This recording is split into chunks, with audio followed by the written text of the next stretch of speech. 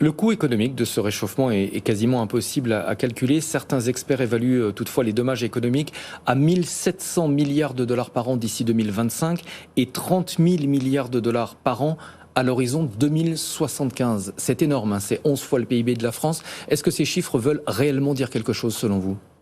Alors c'est extrêmement difficile de quantifier l'impact du changement climatique sur l'économie.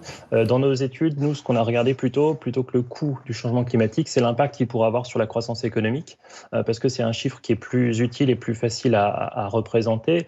Ce qu'on montre, c'est que la croissance économique est déjà affectée par le réchauffement climatique, et plus le réchauffement progresse, plus la croissance va être difficile à maintenir. Pour vous donner un ordre de grandeur, dans certains de nos modèles, on montre qu'à un réchauffement de plus de 2 degrés, le potentiel de croissance économique est divisé par 2, et que si on laisse vraiment les choses se développer vers un réchauffement à 3 ou 4 degrés, il pourrait y avoir une impossibilité, une limite à la croissance économique où l'économie ne pourrait tout simplement plus croître. Et ça, c'est un point intéressant. Est-ce qu'à votre avis, ça va être un moyen de pression assez efficace, à la fois sur les gouvernements, mais aussi sur le monde de l'entreprise, pour ne pas rester dans l'immobilisme ?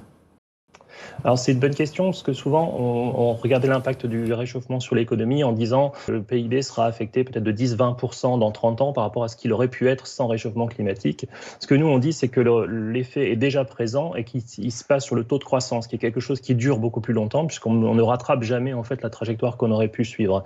Et donc si ces effets sont réels, ils sont encore difficiles à quantifier, eh bien oui, il y a urgence à agir parce que sinon c'est quasiment irréversible. Plus vous attendez, plus il est difficile de faire quelque chose, plus l'économie sera affectée et moins vous avez les moyens en fait de vous adapter. Et certains secteurs sont en première ligne, on pense notamment au secteur de l'assurance qui ne pourra absolument pas faire face à l'explosion des coûts liés au réchauffement.